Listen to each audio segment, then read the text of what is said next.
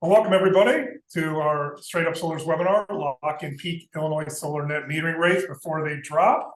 We're excited to have you here to join us on this important topic.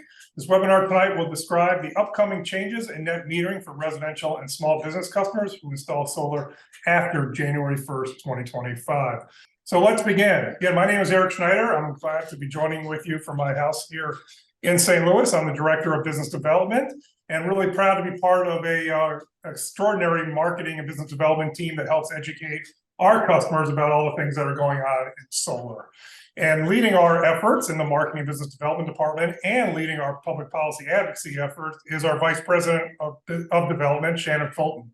Shannon has been with the company for 11 years now and is really the go-to expert on all matters solar. She also leads our Central Illinois office. Shannon is the Vice President of the Illinois Solar Energy and Battery Storage Association. And in that capacity, she was very active in the negotiations and the discussions around the Climate Equity and Jobs Act, of which this net metering regulations came out of here. So we're really honored to have Shannon with us to answer your questions about net metering and to go over the new regulations here. But let me give you a little background about StraightUp Solar. Our company was founded in 2006 by an orthopedic surgeon, Dr. Dane Glick.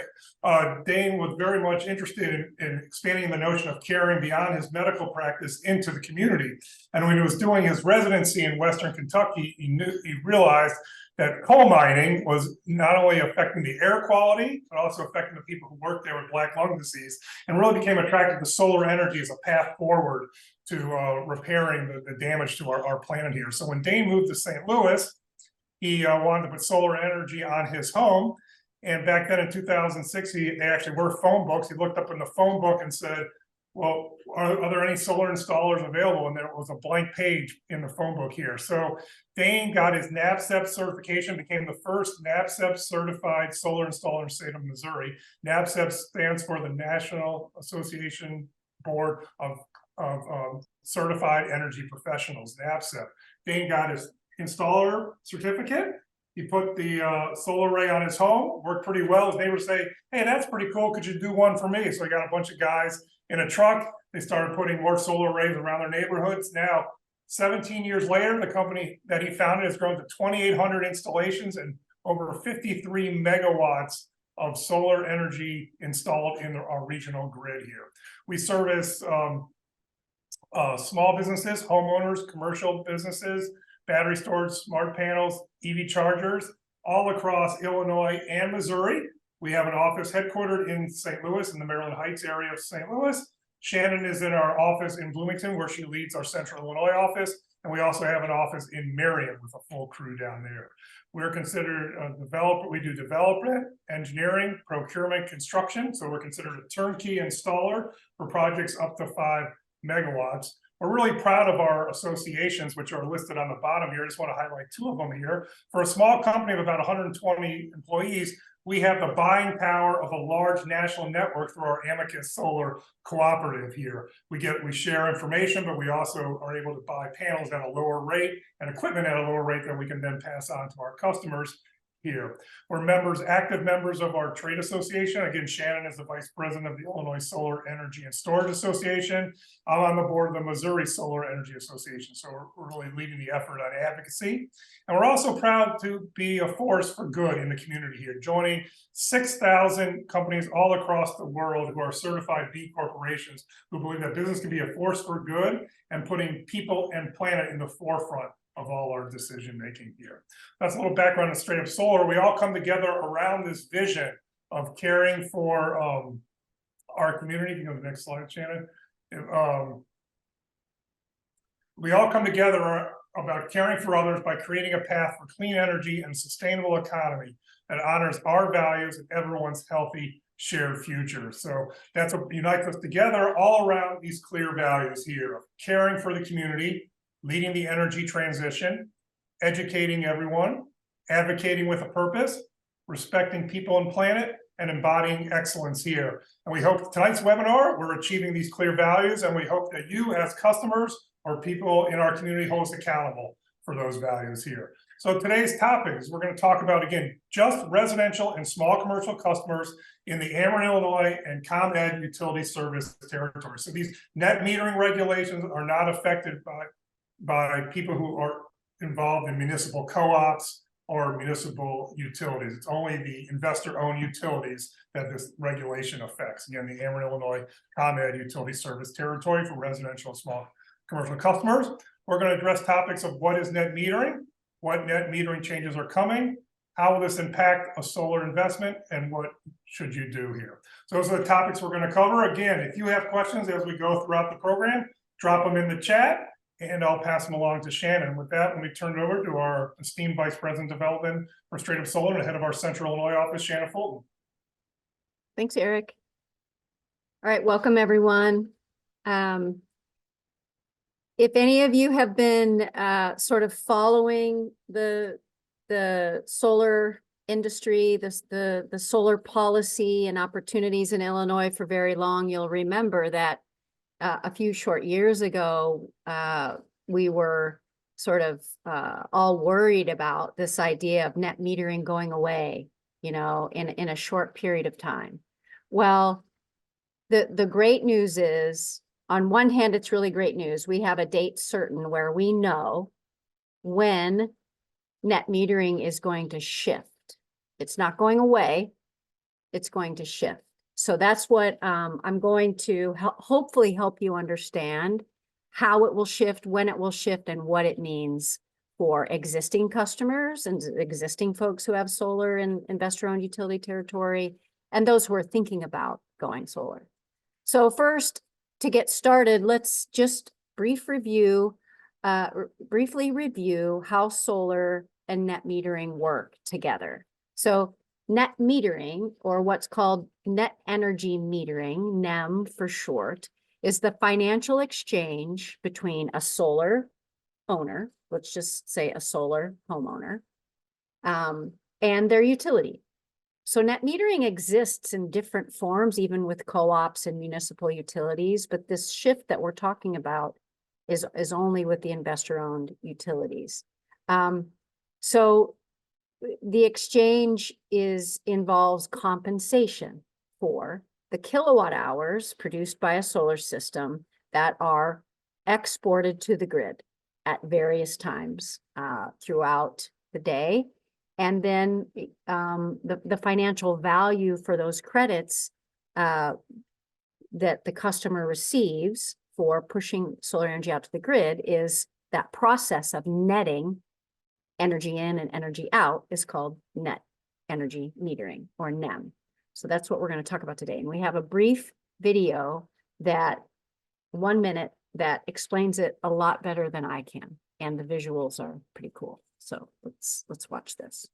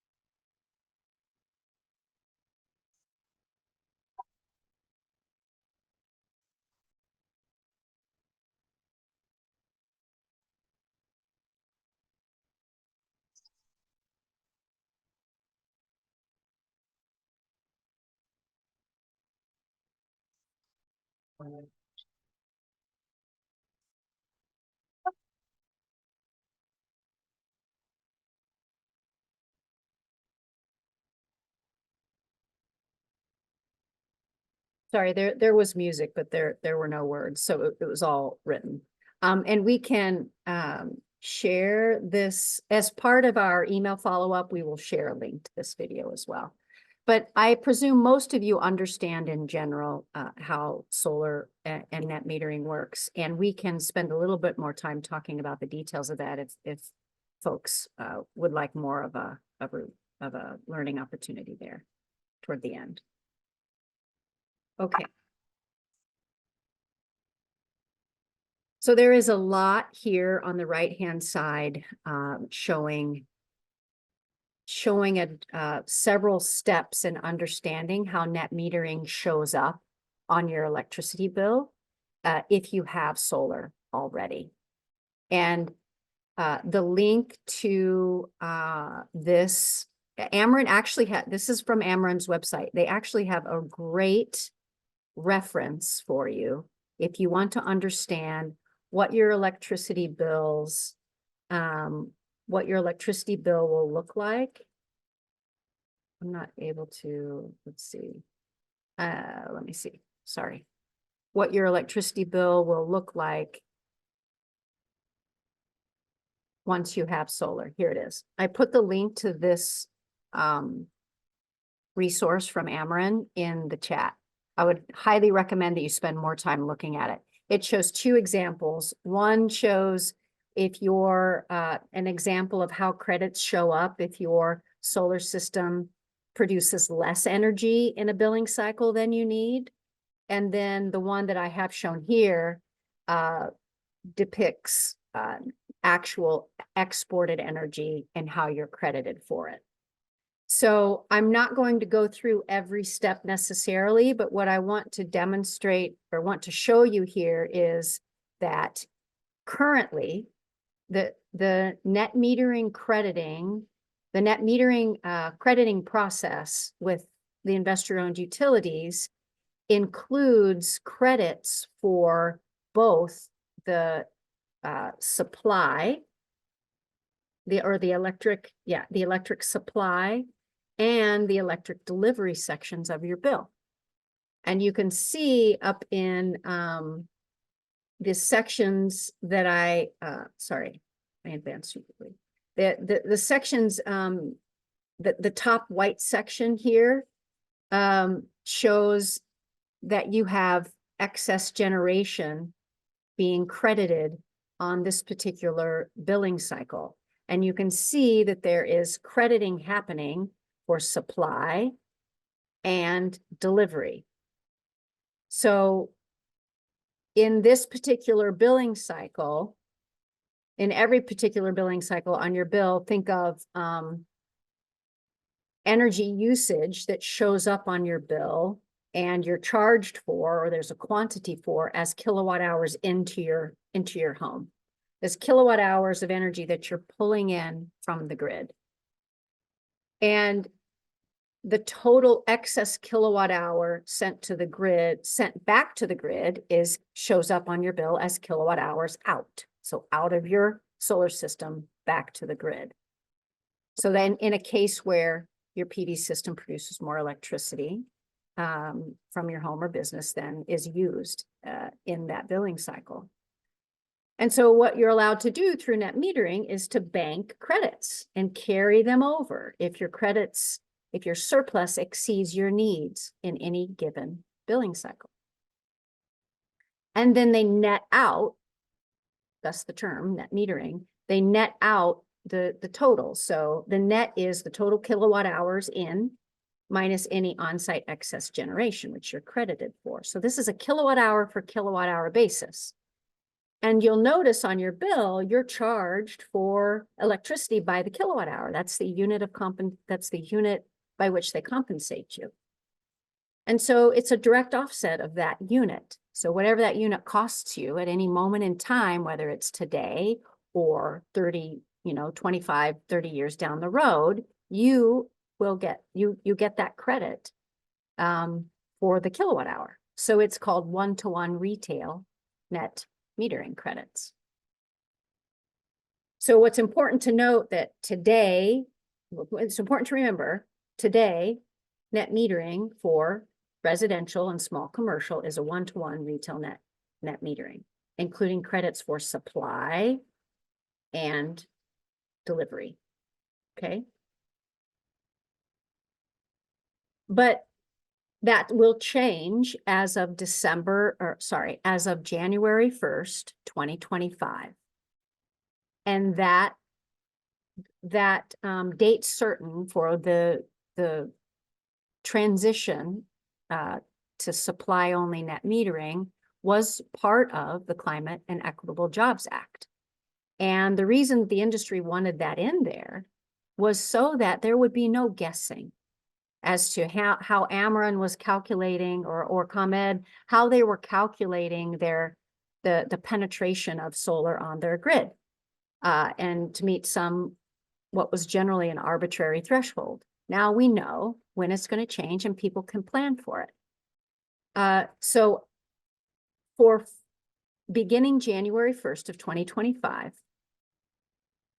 customers, new customers, and I'll explain the details around what new means, will no longer receive any net credits for the delivery side of their bill. So this is the same image that I showed in the previous slide, but I've circled the sections of the net crediting that will no longer be there. So the net credit value will only be the value of the supply, and if you have transmission, which gets into the commercial side of the electricity structures, but it will only be the value of your supply costs. So excess, but one good thing about the change is that excess generation will no longer expire annually. So you will be able to carry over these credits month after month, and you won't have to worry about losing them at the end of March. So that's one benefit when things change. And the other benefit that CEJA brought, a good change to net metering, was that if you sell your home, the existing net metering rules that you fall under, so existing customers, full retail net metering, the new homeowner will get to retain full retail net metering. So the net metering agreement stays with the system. It doesn't change when someone else moves into your home or takes over the electricity account, which was really another thing that the industry fought for that continuity for people, for homeowners.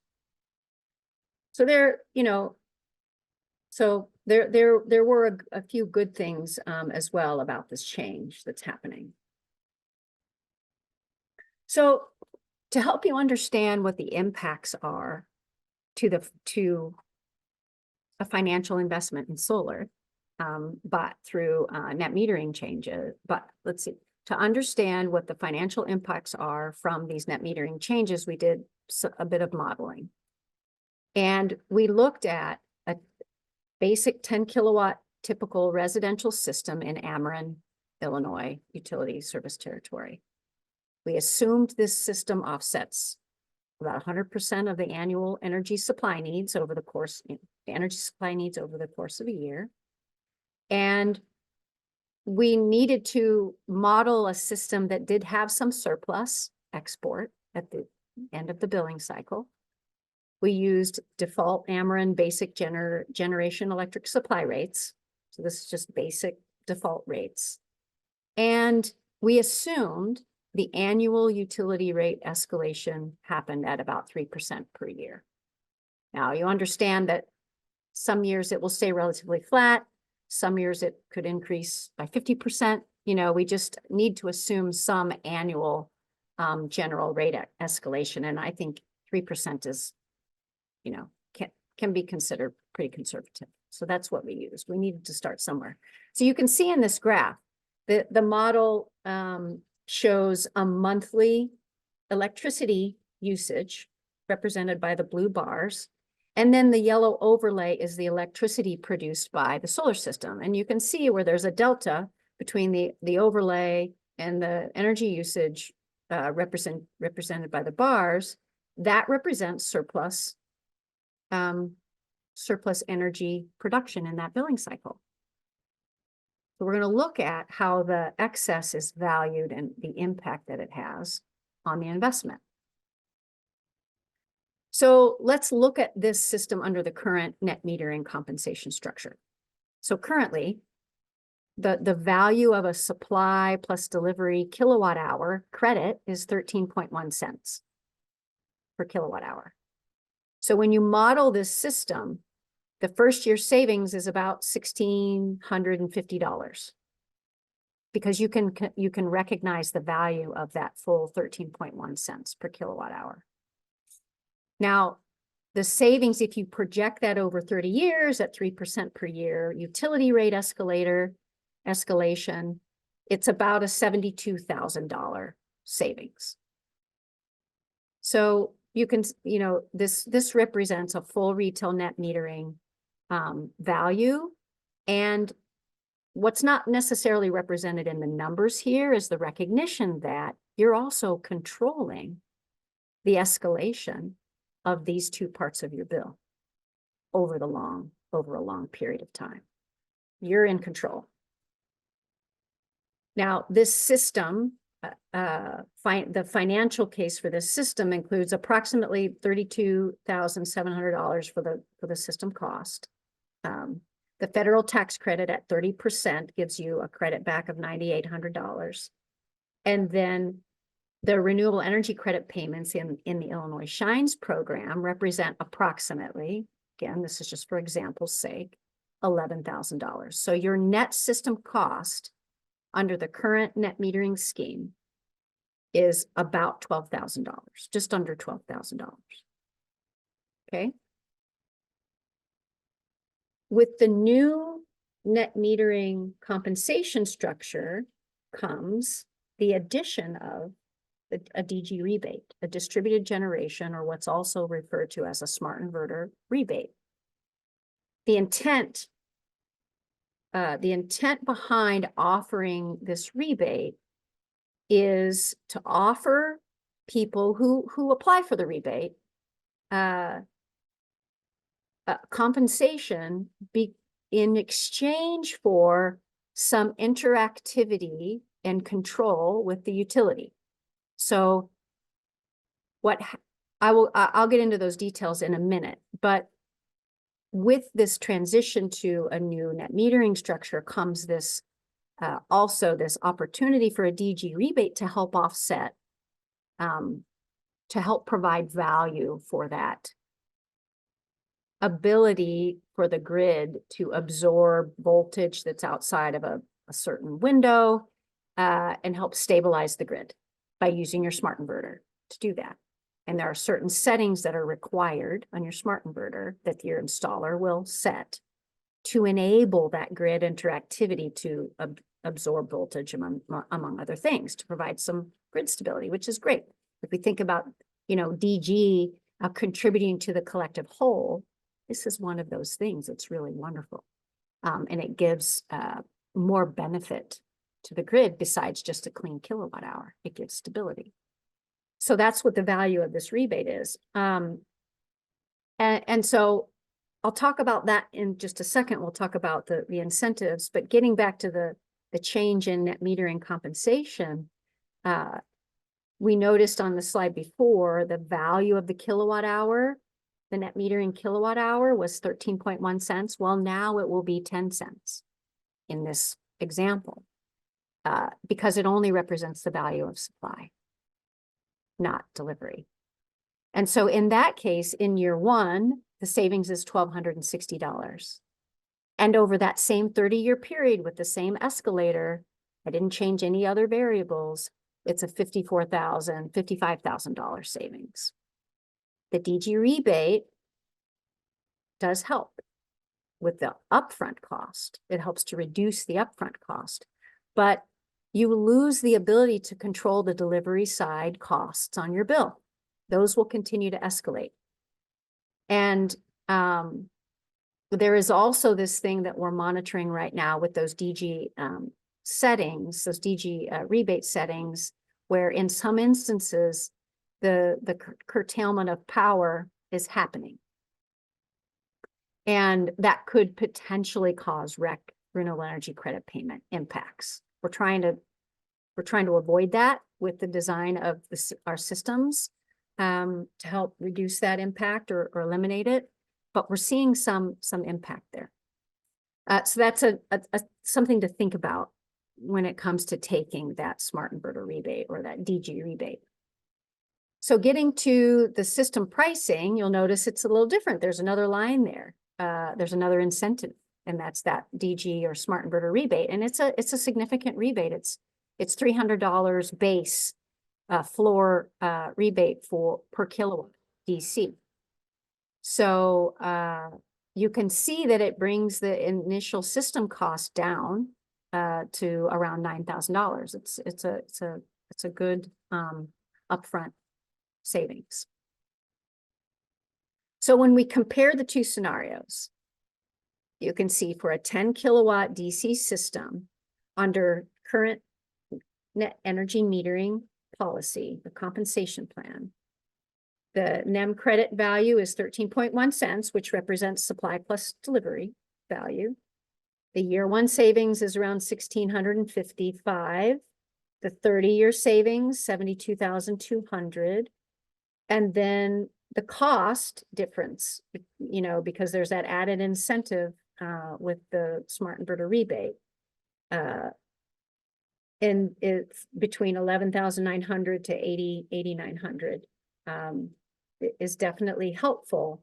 But the money that's in your pocket over time is much less without full retail net metering. When you lose the value of the delivery side credits.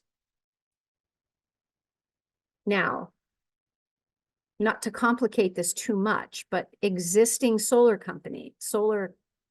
customers, existing solar homeowners and businesses, small businesses, can take the smart inverter rebate today. Like that, it's available today. And what that triggers is this new net metering compensation plan. You get supply only crediting. So that's kind of an aside. But it's available today if you choose to take it. Just know that you're leaving money on the table long term. So the money in your pocket, if you have full retail net metering out 30 years, is $60,300 if we assume that 3% escalator year over year. But without the delivery value, it's less at $46,000.